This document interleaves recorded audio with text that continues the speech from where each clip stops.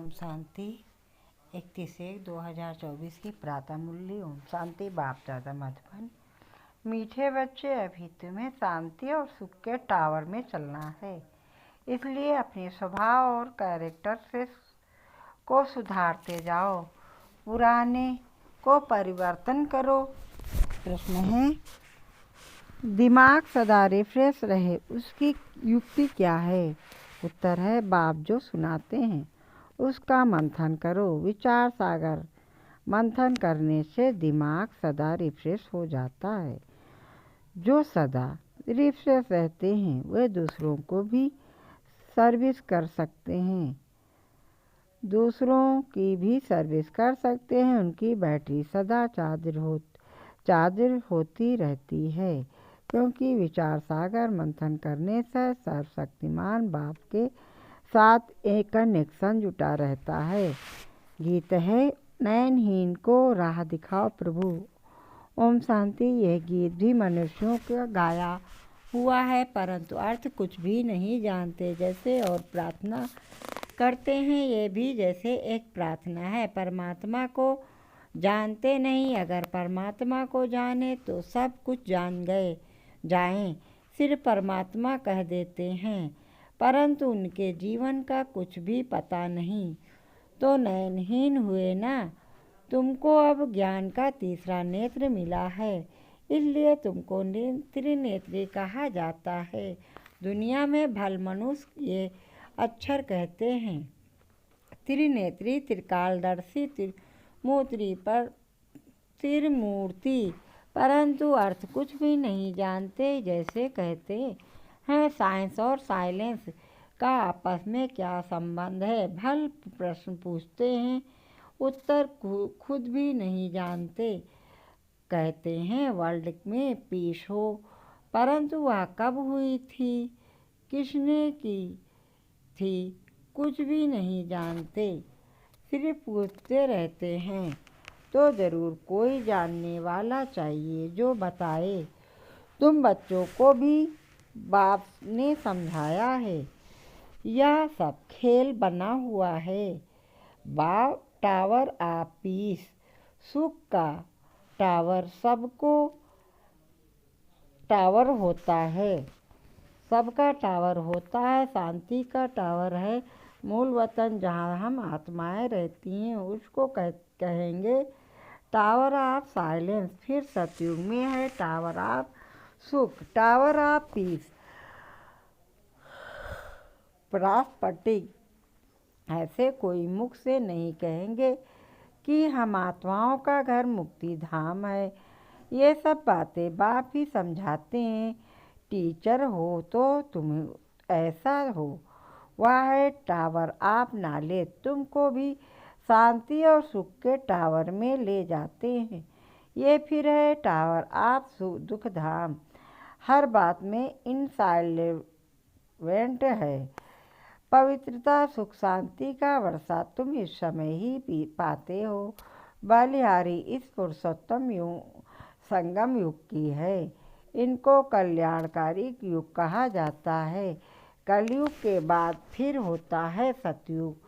वह सुख का टावर है, वह शांति का टावर है, ये दुख का टावर है। यहाँ अथाह दुख है, सब दुख आकर इकट्ठे हुए हैं। कहते हैं ना, दुख के पहाड़ गिरते हैं। जब अर्थक्वेक आदि होती है तो कितना त्राही त्राही करते हैं। बाप ने समझाया है, बाकी टाइम थोड़ा है। बच्चों को याद की यात्रा में टाइम लगता है, बहुत है जो पूरा समझते ही नहीं। बिंदी समझें क्या समझें।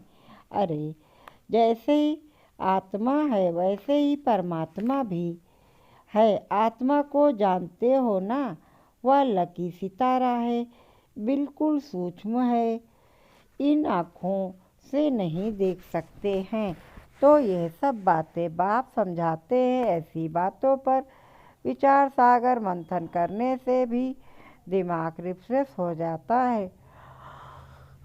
कहा भी जाता है कहाँ भी जाएंगे तो समझाएंगे कि tower of Shanti, tower of सुख, टावर ऑफ पवित्रता है ही न्यू वर्ल्ड में। पुराने स्वभाव को, कैरेक्टर को सुधार कर बाप नई दुनिया का मालिक बनाते हैं। मनुष्य भल गाते हैं, वेद शास्त्र आदि गीता पढ़ते हैं, परंतु समझते कुछ भी नहीं है।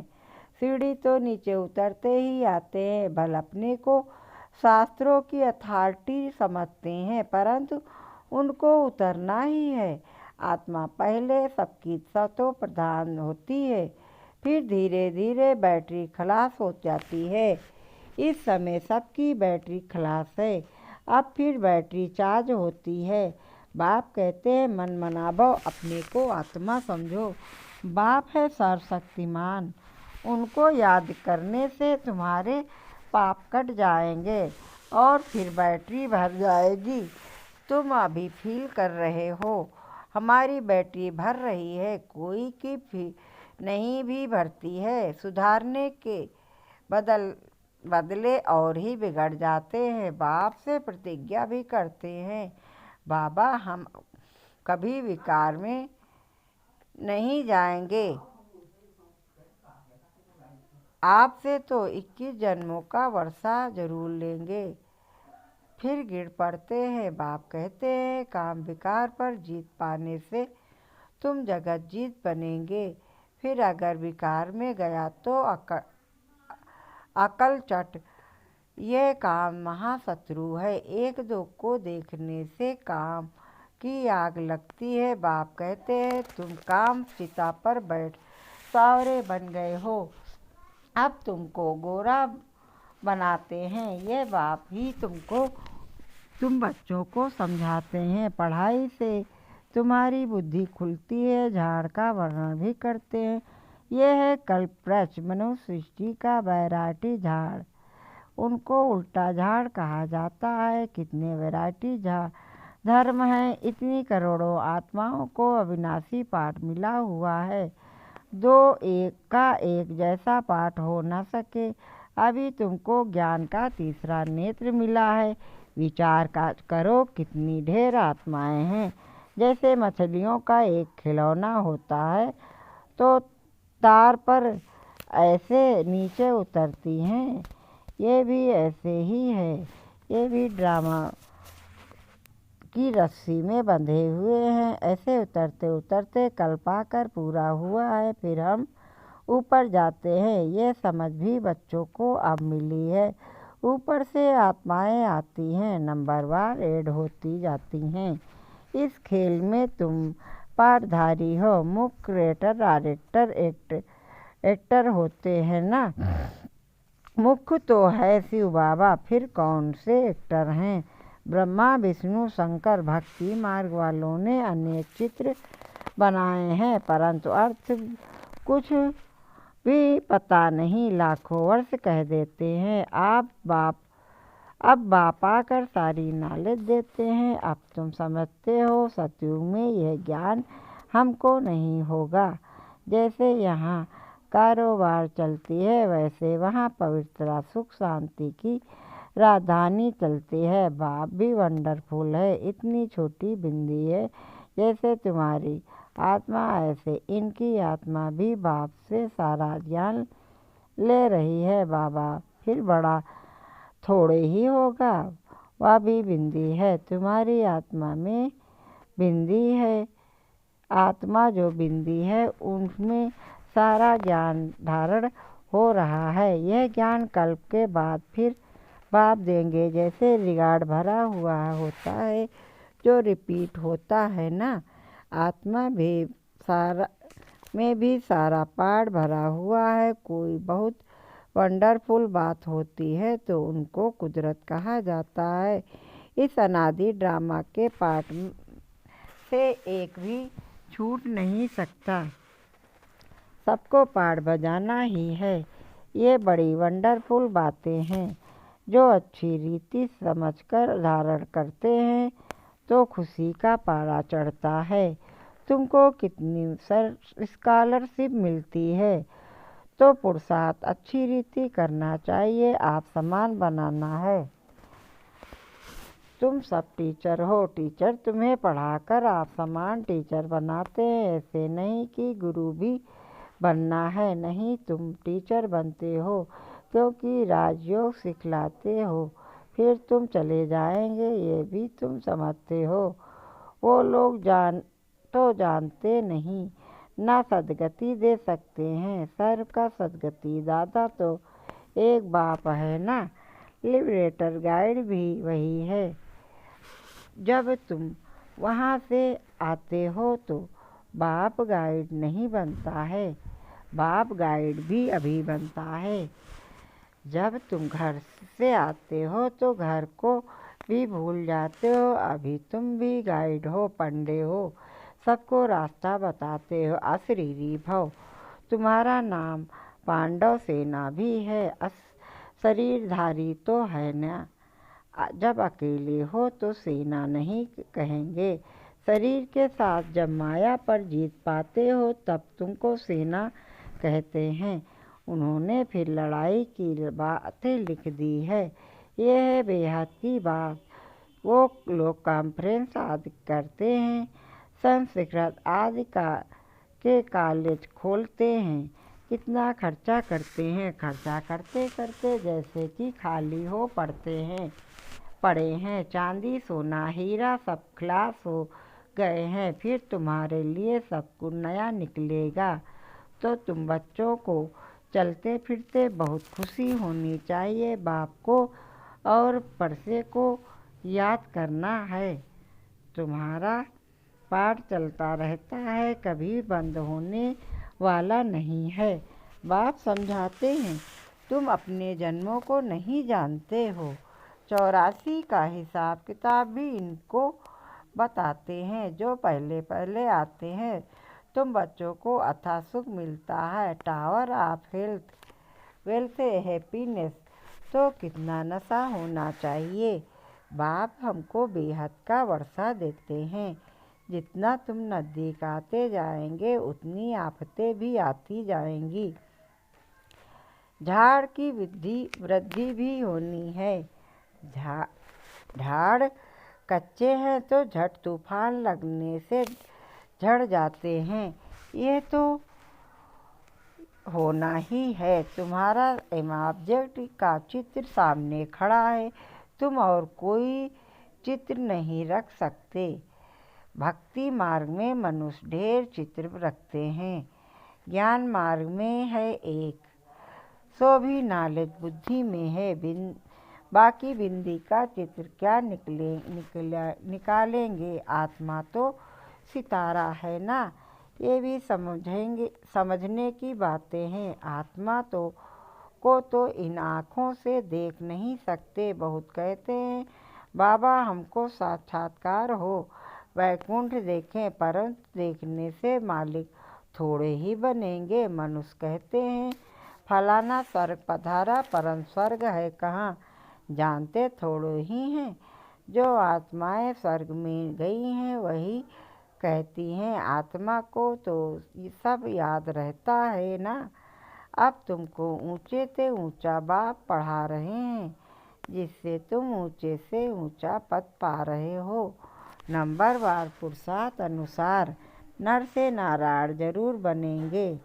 ये जो शांति मांगते हैं तुम्हारा काम है उन्हें समझाना। कई समझते भी हैं कि ये एक्यूरेट कहते हैं। वह समय भी आएगा, लिखा हुआ है कुमारियाँ द्वारा भीष्म पितामह आदि को ज्ञान के बाण मारे। बाकी ऐसे नहीं। अर्जुन ने बाण मारा, गंगा निकली।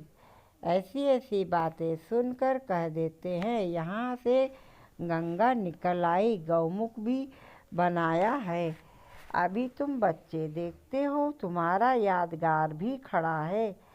वह जड़ दिलवाड़ा यह है चैतन्य, उसमें ऊपर वैकुंठ दिखाया है, नीचे तपस्या कर रहे हैं, ऊपर राजाई के चित्र हैं। इसलिए मनुष्य समझते हैं स्वर्ग ऊपर है।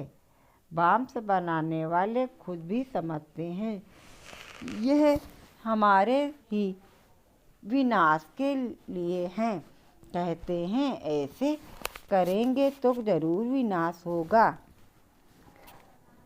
लिखा भी हुआ है, महाभारी लड़ाई में ऐसे हुआ था, सब खत्म हुए थे।